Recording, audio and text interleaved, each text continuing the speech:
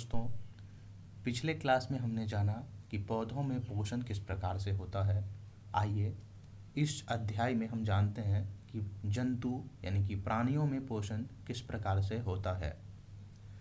तो आपने पहले पढ़ चुका है कि पौधों में भोजन प्रकाश संश्लेषण के द्वारा वो स्वयं बना लेते हैं, परंतु जंतु ऐसा नहीं कर पाता है।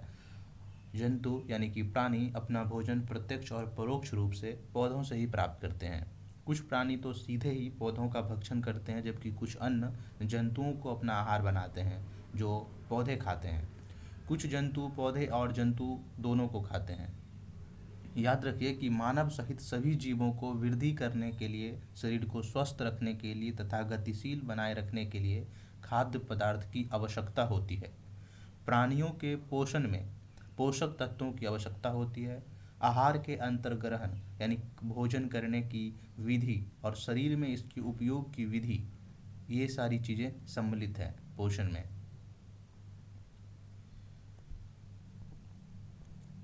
जैसे कि आप कक्षा 6 में पढ़ चुके हैं कि भोजन के अनेक संघटक है, यानी कि कई सारी चीज़ें मिल करके भोजन का निर्माण करती है। उसमें कई सारे पोषक तत्व होते हैं, तो स्मरण करके उन्हें लिखिए। तो जैसे कह सकते हैं कार्बोहाइड्रेट, प्रोटीन, वसा इत्यादि।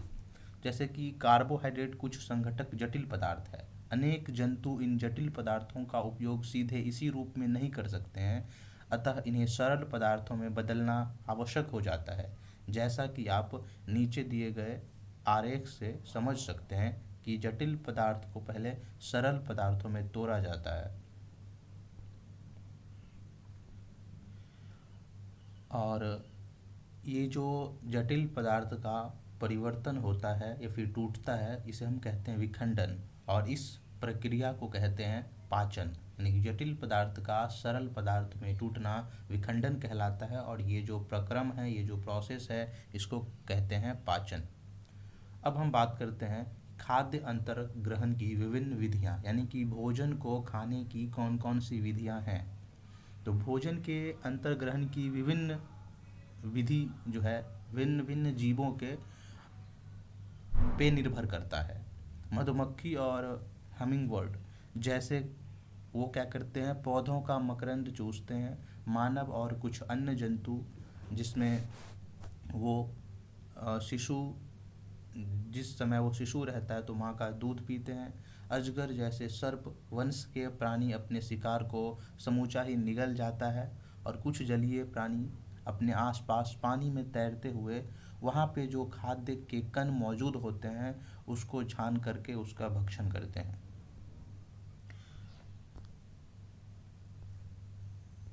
आगे है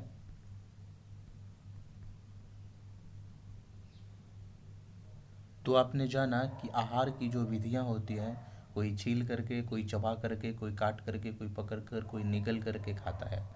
अब हम बात करते हैं मानव में किस प्रकार पाचन होता है। तो हम अपने मुख के द्वारा भोजन का अंतर्ग्रहण करते हैं, यानी कि निगल खाते हैं, इसे पचाते हैं और फिर इसका उपयोग करते हैं। आहार का बिना पचा भाग मल के रूप में निष्कासित किया जाता है। क्या आपने कभी यह जानने का प्रयास किया कि शरीर के अंदर भोजन का क्या होता है। भोजन एक सतत नली से गुजरता है जो मुख से प्रारंभ होकर गुदा तक जाती है, और इस नली को विभिन्न भागों में बांट सकते हैं, जैसे कि आप यहाँ पे देख सकते हैं। भोजन जो है इसी प्रोसेस से पहले इसमें फिर इसमें ऐसे ही वो आगे बढ़ते हुए बाद में मल द्वार के द्वारा वो निकल जाता है। जो अवशेष बच जाता है, या फिर जो कह सकते हैं जो उसमें जिसका उपयोग नहीं होता है शरीर को, बिना पचे हुए भाग। क्या यह बहुत लंबा मार्ग नहीं है। ये सभी भाग मिल करके निर्माण करता है आहार नाल का, इसे हम पाचन नली कहते हैं। तो ये जितने भी यहाँ पे हैं ये सभी मिल करके निर्माण करता है आहार नाल का। जैसे भोजन क्या होता है कि विभिन्न भागों से गुजरता है, और इसके विभिन्न घटकों का पाचन भी क्रमिक रूप से होता है। यानी भोजन में आपको पता है कि बहुत सारे घटक यानी कि कार्बोहाइड्रेट, वसा, प्रोटीन इत्यादि मौजूद होता है। तो इन घटकों का पाचन क्रमिक रूप से यानी कि धीरे धीरे हर एक चीज़ों का अलग अलग जगहों पे होते जाता है। अमाशय की आंतरिक भित्ति, यानी अमाशय कहते हैं हम पेट को, उसकी जो आंतरिक भित्ति होती है, क्षुद्रांत्र तथा आहार नाल से संबंध विभिन्न ग्रंथियों जैसे कि लाला ग्रंथि, यकृत, अग्नाशय पाचक रस स्रवित करती हैं। यानी कि ये जो लाला ग्रंथि और यकृत और अग्नाशय ये क्या करती हैं, पाचक रस को स्रवित करती है, निकालती है, और पाचक रस जटिल पदार्थों को उसके सरल रूप में बदल देते हैं। आहार नाल और संबद्ध ग्रंथियां मिल करके पाचन तंत्र का निर्माण करती है। आहार नाल और उससे संबद्ध जो ग्रंथियां हैं जो भोजन को पचाने में सहायता करती है, यह क्या निर्माण करता है, पाचन तंत्र का। आइए इसका इमेज देखते हैं यहाँ पे। तो आप इस इमेज में देख सकते हैं कि यहाँ से लेकर के यहाँ तक ये क्या है, आहार नाल का भाग है। इसमें अलग अलग जगहों पे भोजन का क्या होता है, पाचन होता है। तो आइए इससे पहले यहाँ पे आप एक बार देख लें कि यहाँ ये इसको हम कहते हैं मुख, यानी मुख गुहिका। उसके बाद ये लाला ग्रंथि, इसे हम लार ग्रंथि भी कहते हैं। उसके बाद यह है ग्रासिका यहाँ पे। उसके बाद ये है लीवर, यकृत, और ये है पित्ताशय, और ये जिसे हम अमाशय यानी कि पेट कहते हैं, जिसमें भोजन इकट्ठा जमा रहता है। उसके बाद ये है अग्नाशय, और ये क्षुद्रांत्र, और ये बृहदांत्र यानी कि छोटी आंत और बड़ी आंत, ये मलाशय, और ये गुदा। अब हम जानते हैं कि आहार नाल के विभिन्न भाग में भोजन का क्या होता है। सबसे पहले बात करते हैं मुख, या फिर कह कि मुख गुहिका।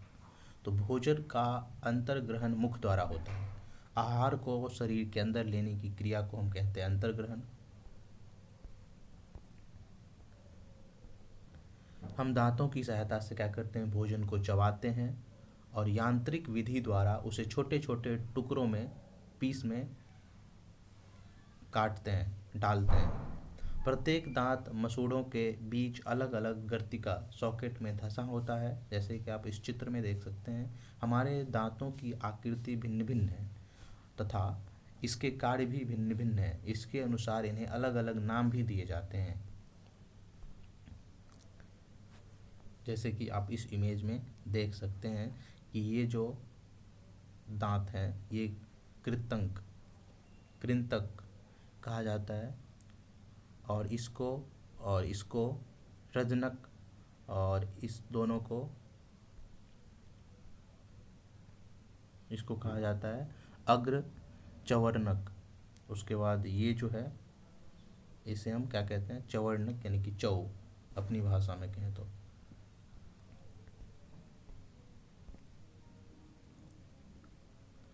तो यहाँ तक आपको समझ में आ गया होगा। ये यहाँ पे कुछ जैसे कि आप यहाँ इस इमेज में देख सकते हैं कि भोजन हम ऐसे ग्रहण करते हैं और ऐसे ही अलग अलग जगहों पे इसका पाचन होता है। और ऐसे ही हमें कोई, जब कोरोना का समय था तो हमारे शरीर में जो वो फैलता है वो इसी तरह श्वसन के माध्यम से हमारे मुख के अंदर, फिर धीरे धीरे अमाशय ऐसे करके आगे बढ़ते जाता है वो। यहाँ पे स्टार फिश के बारे में कुछ बातें कही गई हैं, तो आइए जानते हैं। स्टार फिश कैल्शियम कार्बोनेट के कठोर कवच वाले जंतु का आहार बनाती है। ये कवच खोलने के बाद यह अपने मुख से अपना अमाशय बाहर निकालती है और जंतु के कोमल भागों को खाती है। अमाशय वापस शरीर में चला जाता है और आहार धीरे धीरे पचता है। यानी कि हमारे ये जो होता है स्टार फिश, ये अपने मुख को नहीं निकालता है बल्कि अमाशय को ही निकालता है भोजन को पकड़ने के लिए, भोजन को ग्रहण करने के लिए। तो है ना ये अद्भुत बात। आइए आगे बढ़ते हैं।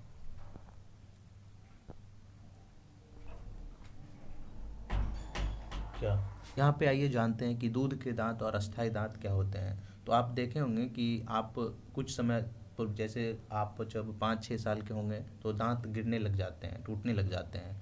हमारे दांतों का प्रथम सेट शैशव काल में निकलता है और लगभग 8 वर्ष की आयु तक ये सभी दांत गिर जाते हैं।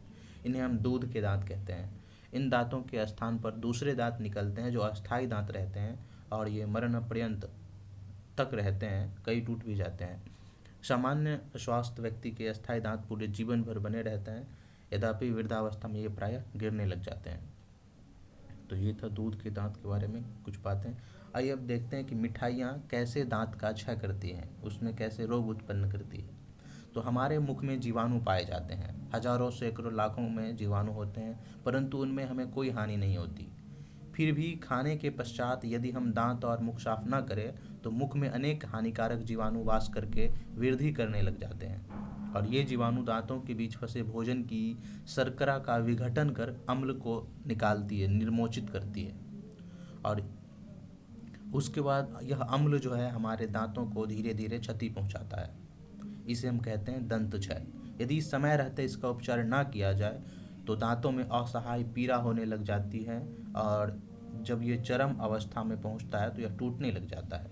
जैसे कि चॉकलेट, ठंडे पदार्थ या फिर चीनी युक्त मिठाई और अन्य पदार्थ दंत क्षय के लिए मुख्य रूप से उत्तरदायी होते हैं। जैसे कि आप इसमें देख सकते हैं, चित्र के माध्यम से यहाँ बताने का प्रयास किया जा रहा है कि किस तरह से ये क्षय धीरे धीरे होता है। यहाँ पे पूरा है, फिर यहाँ पे थोड़ा क्रैक, फिर यहाँ पे ज़्यादा, फिर यहाँ पे पूरा खोखला कर दिया दांत को। तो प्रत्येक व्यक्ति को प्रतिदिन कम से कम 2 बार ब्रश करना चाहिए या दातुन करनी चाहिए। कुछ भी खाने के बाद तुरंत कुल्ला करना चाहिए और मुख के अंदर गंदी उंगली, बिना धुली वस्तु नहीं डालनी चाहिए। कई व्यक्ति ऐसे होते हैं पेन चिबाने लग जाते हैं, कई अंगुली चिबाने लग जाते हैं, कई नाखून काटने लग जाते हैं। तो ये सारी चीज़ें नहीं करनी चाहिए, नहीं तो फिर दंत क्षय की संभावना और बढ़ जाती है और उसके साथ साथ बाद में आपको असह्य पीड़ा भी होती है। आइए ये क्रियाकलाप देखते हैं कि इसमें क्या कहा गया है। सबसे पहले 2 परख नली लीजिए। ठीक है, हमने ले लिया ए और बी, ये ए और ये बी। उसके बाद परख नली ए में 1 चम्मच उबले चावल डालिए। ठीक है, हमने इसमें उबले हुए चावल यहाँ पे डाल दिया और 1 चम्मच उबले चावल मुख में लेकर 3-4 मिनट तक चबाइए और उन्हीं दूसरी परख नली यानी कि बी में डालिए। तो हमने यहाँ भी डाल दिया। दोनों परख नली में 3-4 ml जल डालिए। तो ये ले लीजिए, जल इसमें भी डाल दिए और इसमें भी। दोनों परख नली में 3-4 ml जल डालने के बाद अब दोनों परख नली में आयोडीन डालिए। तो ये इस ड्रॉप की सहायता से 2 बूंद आयोडीन की यहाँ पे डाला जा रहा है। तो जिसमें आप देख सकते हैं इसके कुछ कलर कॉम्बिनेशन और इसमें कुछ और है। तो आइए जानते हैं कि ऐसा क्या हो रहा है। तो 2-3 बूंद जब आयोडीन हम डाले हैं उनका प्रेक्षण कीजिए और आप देखेंगे कि परख नली के रंग में परिवर्तन आता है। ये इसलिए क्योंकि ये जो हमारे मुख के अंदर लाशा रस यानी कि लार होता है, सलाइवा होता है, वो चावल के मंड को शर्करा में बदल देता है और जीव ये इसी वजह से ये क्या होता है, यहाँ पे जो इस इमेज में आप देख सकते हैं ये क्या हुआ, शर्करा में बदल गया है। और यहाँ पे ऐसा कुछ नहीं हुआ है क्योंकि हमने जब इस चावल को चबाया था तब हमारे मुख से लाशा रस जो है इस चावल के मंड को शर्करा में परिवर्तित कर दिया। आइए जानते हैं जीव के बारे में। जीव एक मसल पेशीय अंग है जो पीछे की ओर मुख गुहिका के अधर तल यानी कि नीचे की जो तल होती है उससे जुड़ी होती है और इसका अग्रभाग स्वतंत्र होता है और किसी भी दिशा में हम इसे घुमा सकते हैं, चला सकते हैं। इसके साथ ही हम बोलने में भी जीभ का उपयोग करते हैं और इसके अतिरिक्त भोजन में लार को मिलाने के लिए भी हम इसको कार्य में लाते हैं और निगलने में भी ये सहायता करता है। जीभ द्वारा हमें स्वाद का भी पता चलता है जो कि बहुत ही महत्वपूर्ण है। जीभ पर स्वाद कलिकाएँ होती हैं जिनकी सहायता से हमें विभिन्न प्रकार के स्वाद का पता चलता है। आइए जानते हैं इस कलिका के बारे में।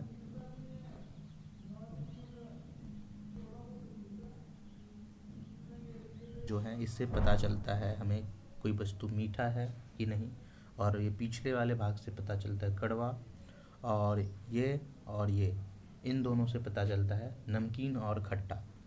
अगर हम चीनी को उठा करके सीधे यहाँ पे रखें तो हमें या फिर आपको भी पता नहीं चलेगा कि ये मीठा है या क्या है, क्योंकि हमें यहाँ से ही पता चलता है, इस जगह से ही पता चलता है कि ये मीठा है कि क्या है, क्योंकि यहाँ पे जो कलिकाएँ होती हैं वो इसी स्वाद के लिए संवेदनशील होती है। आगे बढ़ते हैं।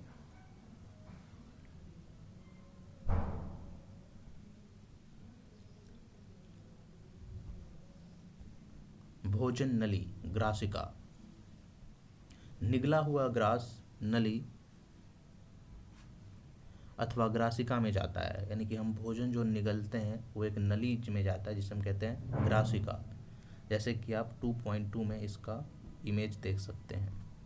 कहाँ गया 2.2? ये देखिए, इसको हम कहते हैं ग्रासिका।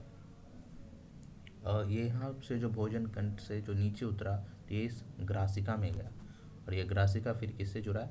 अमाशय से।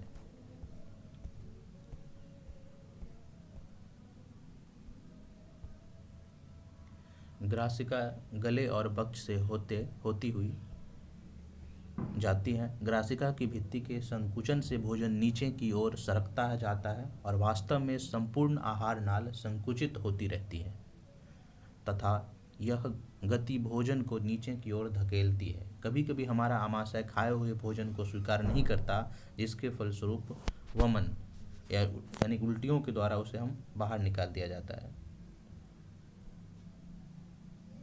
यहाँ पे आप इस इमेज में देख सकते हैं कि भोजन यहाँ पे ग्रासिका से धीरे धीरे नीचे जाते हुए अमाशय में प्रवेश करती है, और जब उल्टियाँ आती हैं तो ये यहाँ से अमाशय से ये ऊपर की ओर आ जाता है। ये इसलिए आता है क्योंकि अमाशय के अंदर, अमाशय की जो मांसपेशियाँ है इसमें एक गति होता है, कर्मांकुचन गति।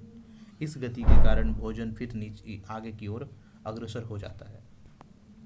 जैसे यहाँ पे पहेली जानना चाहती है कि वमन के यानी उल्टियों के समय भोजन विपरीत दिशा में किस प्रकार गति करता है, तो अमाशय की जो मसल्स है वो गति करती है कर्मांकुचन गति, जिसके परिणाम स्वरूप भोजन जो है उल्टे दिशा में गति करने लग जाता है। अब हम जानते हैं अमाशय के बारे में।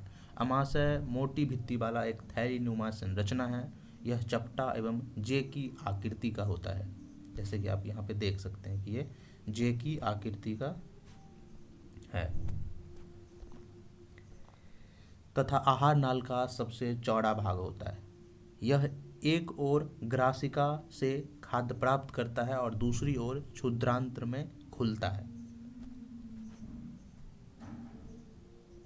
श्लेष्मल हाइड्रोक्लोरिक एसिड और पाचक रस स्रवित करता है। श्लेष्मल अमाशय की आंतरिक सतह को सुरक्षा प्रदान करता है और अम्ल अनेक ऐसे जीवाणु को नष्ट करता है जो भोजन के साथ वहां तक पहुंच जाते हैं। साथ ही साथ यह माध्यम को अम्लीय बनाता है, जिससे पाचक रसों को क्रिया करने में सहायता मिलती है, और पाचक रस प्रोटीन को सरल पदार्थों में वहाँ पे विघटित करता है। तो अमाशय में क्या होता है? पाचन होता है। किसका पाचन होता है? प्रोटीन का। प्रोटीन को क्या किया जाता है? सरल पदार्थों में तोड़ दिया जाता है। पहले उस प्रोटीन को अम्लीय में बदला जाता है, उसके बाद श्लेष्मल क्या करता है, और श्लेष्मल अमाशय की जो आंतरिक सतह है उसको सुरक्षा प्रदान करता है। हाइड्रोक्लोरिक अम्ल भी वहाँ पे पाया जाता है जो पूरे भोजन को अम्लीय बनाता है। तो ये सारी चीज़ें कहाँ पे होती हैं? अमाशय के अंदर। अब हम बात करते हैं क्षुद्रांत्र में क्या होता है। आइए उससे पहले जानते हैं कि आप देखे होंगे कि कभी कभी जब आप जल्दी जल्दी खाते हैं तो खाते समय या फिर बात करते हैं या फिर तो आपको खांसी उठती है या फिर हिचकी आती है या घुटन का अनुभव होता है। यह खाद्य कणों के श्वसन नली में प्रवेश होने के कारण ऐसा होता है। श्वास नली नासिका से आने वाली वायु को फेफड़े तक ले जाती है और यह ग्रासिका के साथ साथ चलती है, यानी कि ये जो ग्रासिका है इस ग्रासिका के ही साथ साथ एक श्वसन नली भी चलती है।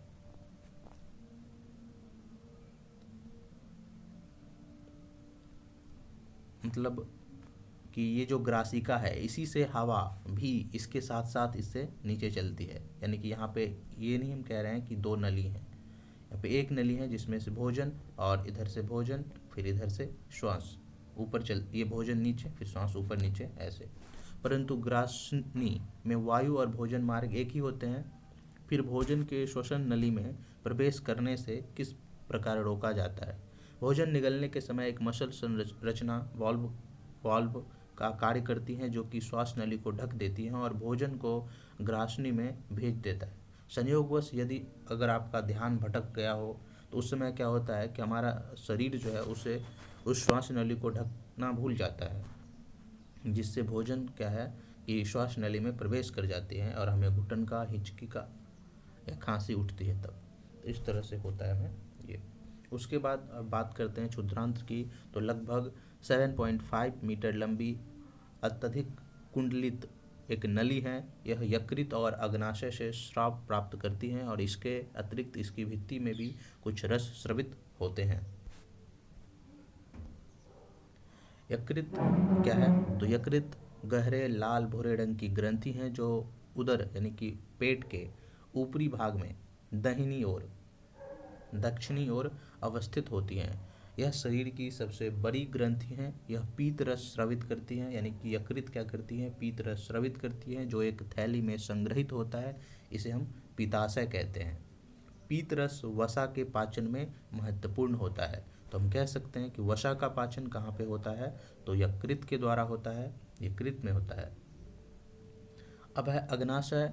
हल्के पीले रंग की बड़ी ग्रंथि है जो अमाशय के ठीक नीचे स्थित है। अब बात करते हैं अग्नाशय की, जो पीले रंग की बड़ी ग्रंथि है जो अमाशय के ठीक नीचे स्थित होता है।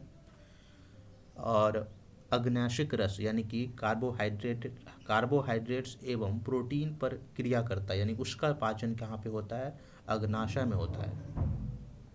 उनको क्या करता है? उनके सरल रूप में परिवर्तित कर देता है और आंशिक रूप से पचा भोजन अब क्षुद्रांत के निचले भाग में पहुंच जाता है। यहाँ आंत्र रस पाचन क्रिया को पूर्ण कर देता है। कार्बोहाइड्रेट सरल शर्करा जैसे कि ग्लूकोज में परिवर्तित हो जाते हैं।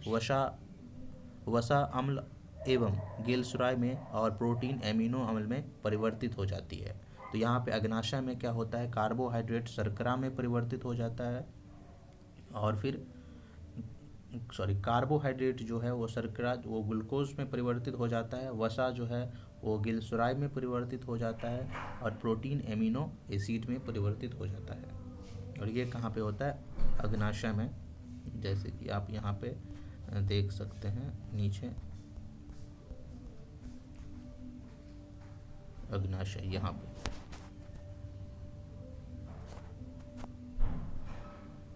ये जो अमाशय के नीचे वाले जो हिस्सा है उसे हम कहते हैं अग्नाशय। और यहाँ पे लीवर और ये अमाशय।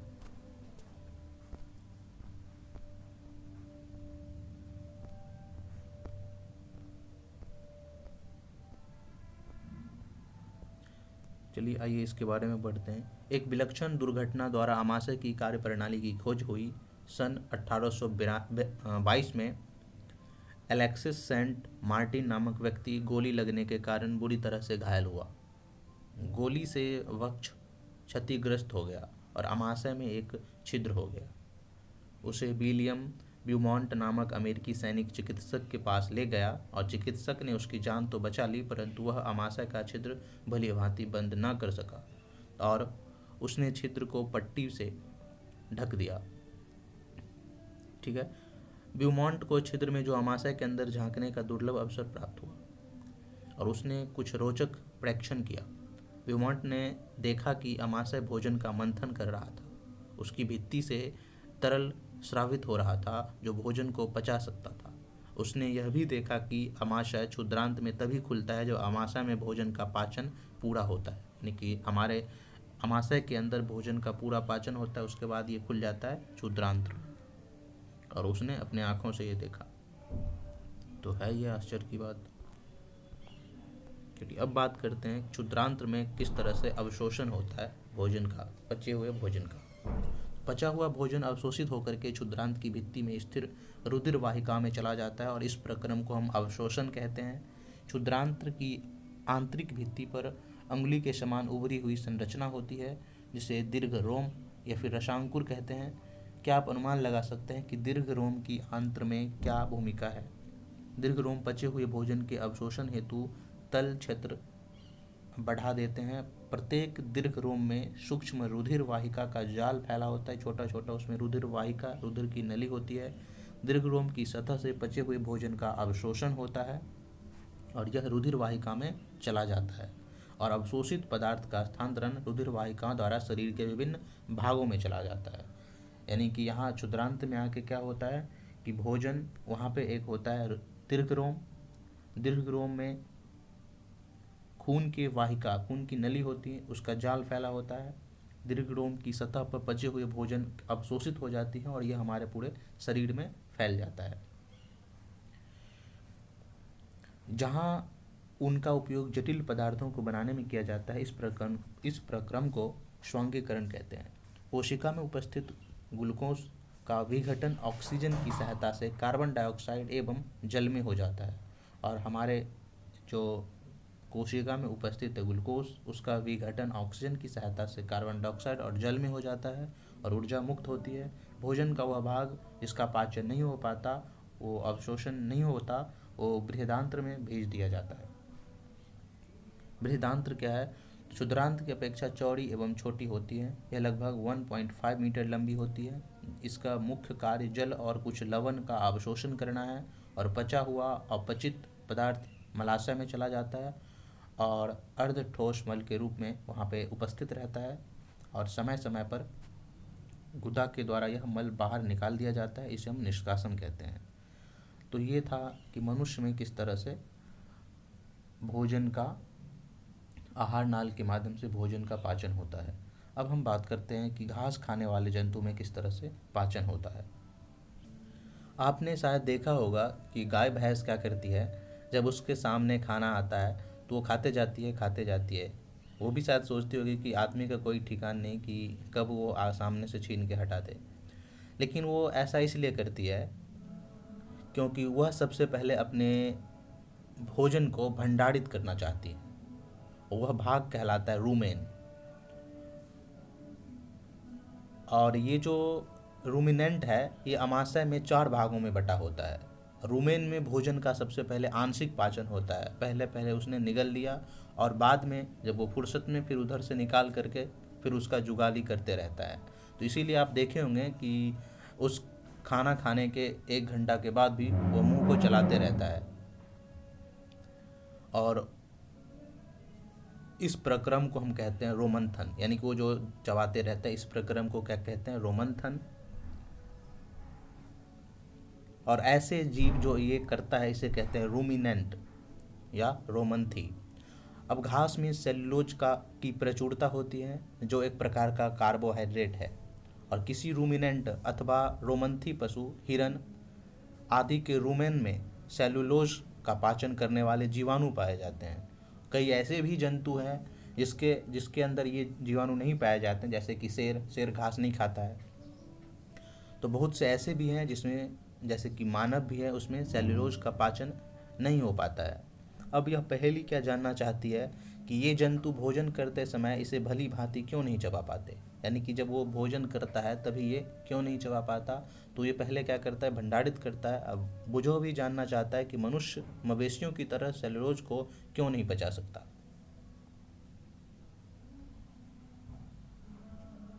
तो सबसे पहले के प्रश्नों पे अगर बात करें तो भोजन करते समय वह क्यों नहीं चबा लेता है जानवर। तो उसमें वो जल्दीबाजी में रहता है। वो चाहता है कि ज़्यादा से ज़्यादा हम खाना अभी खाएं और उस खाना को वह पहले स्टोर करता है। जब उसके पास स्टोर करने वाला इक्विपमेंट, उस सिस्टम है, तो वो क्यों जल्दी जल्दी खाएगा? पहले आराम से भोजन को स्टोर करेगा और फिर उसे फिर वहाँ से निकाल करके फिर धीरे धीरे फिर तोड़ेगा, फिर उसे दूसरे पेट में भेजेगा। यानी कि उसके जो जहाँ पे वो पाचन होता है वो 4 जगह होता है जहाँ पे उसका पाचन होते रहता है।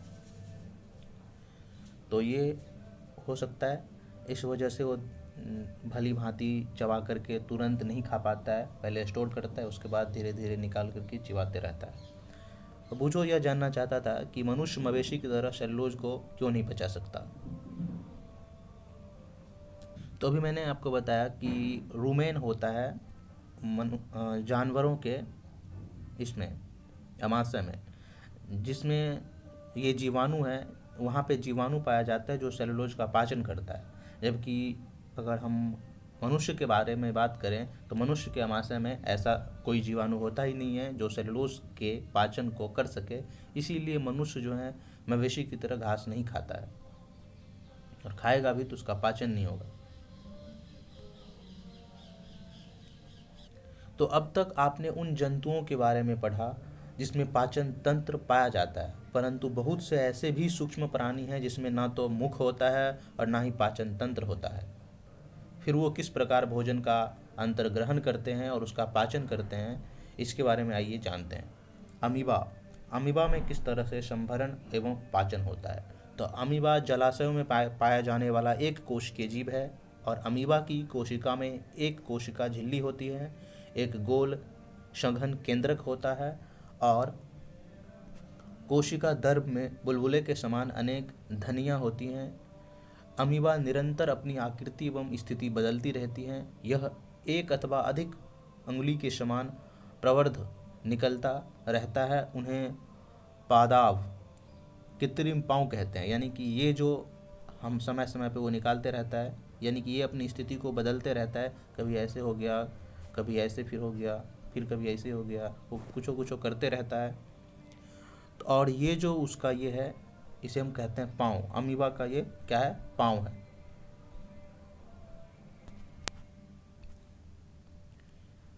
और अमीबा सूक्ष्म जीवों का आहार करता है। जब इसे भोजन का आभास होता है तो यह क्या करता है कि खाद्य कणों के चारों ओर अपने पाँव को पसारता है और उसे निगल लेता है, और खाद्य पदार्थ उसकी खाद्य धानी में फंस जाती है। तो इस तरह से वो क्या करता है, भोजन को खाता है, पाँव से खाता है, पैर से खाता है भोजन। अब इसके खाद्य धनी में ही पाचक रस स्रावित होते हैं। ये खाद्य पदार्थ प्रक्रिया करके उसे सरल पदार्थों में बदल देते हैं, और पचा हुआ खाद्य धीरे धीरे अवशोषित हो जाते हैं उसके शरीर में। और अवशोषित पदार्थ अमीबा की वृद्धि करते हैं, रख रखाव करते हैं, उसको बढ़ाते हैं। बिना पचा अपशिष्ट खाद्य धानी द्वारा बाहर निकाल दिया जाता है। और भोजन के पाचन का आधारभूत प्रक्रम सभी जीवों में समान है, जिसमें खाद्य पदार्थ को एक सरल पदार्थ में परिवर्तित किए जाते हैं और ऊर्जा मुक्त होती है। अगले अध्याय में आप आंत्र द्वारा अवशोषित खाद्य पदार्थों का शरीर के विभिन्न भागों में कैसे हस्तांतरण होता है, इसके बारे में पढ़ेंगे। तो आशा करता हूँ कि यहाँ तक आप सभी को समझ में आया होगा। यहाँ तक बने रहने के लिए बहुत बहुत धन्यवाद।